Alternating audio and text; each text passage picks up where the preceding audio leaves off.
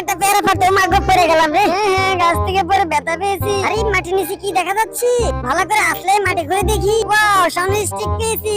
আরে সোনার স্টিকটা বাসা নিয়ে যাই, সুন্দর করে টেবিলের উপর রেখে দেই। ওরে মারে আমার চোখে লাগতে লাগছিল। আরে এটা তো দেখি জাদুর কাঠি। ওয়াও কি সুন্দর, দেখি ফ্রিজটাতে লাগিয়ে দিই। ওয়াও ফ্রিজটাতে সব সোনা হয়ে গেল। আরে আমার পুরো বাড়িটা সোনালি করে ফেললো। আরে কি হলো, পুরা বাড়িতে সোনা হয়ে গেল? আরে রাজু তুমি জাদুর কাঠি কোথা থেকে আনলাম? আমরা তো বড়লোক হয়ে গেল। আরে এত দিকে অনেক টাকা। আরে আমাদের তো টাকা পয়সার অভাব নেই, চলো বাবা একটা গাড়ি কিনে নিয়ে আসি।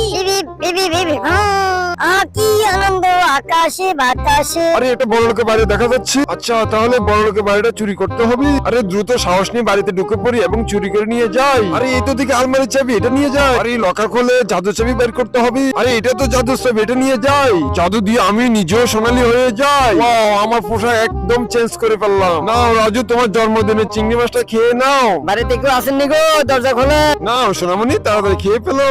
আল্লাহর রাস্তায় কিছু ভিক্ষা দেন গো।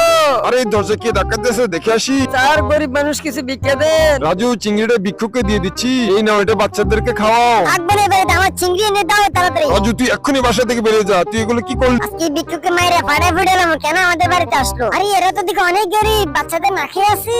মিয়াও মিয়াও খেতে লেগেছে। আরে আমার এক্ষুনি দ্রুত বাসায় যেতে হবে। আরে এই বিড়ালে বাচ্চাদের জন্য খাবার নিয়ে নি বেশি করে এবং জামা কাপড়ও নিয়ে নেই। আরে এদের জন্য খাবার এবং জামা কাপড় নিয়ে দ্রুত যাই। সাদা বিড়াল তোমাকে অনেক ধন্যবাদ। আমি বাটার গুলো কি মজা। বন্ধুরা গরিবদের উপকার করা আমাদের কর্তব্য।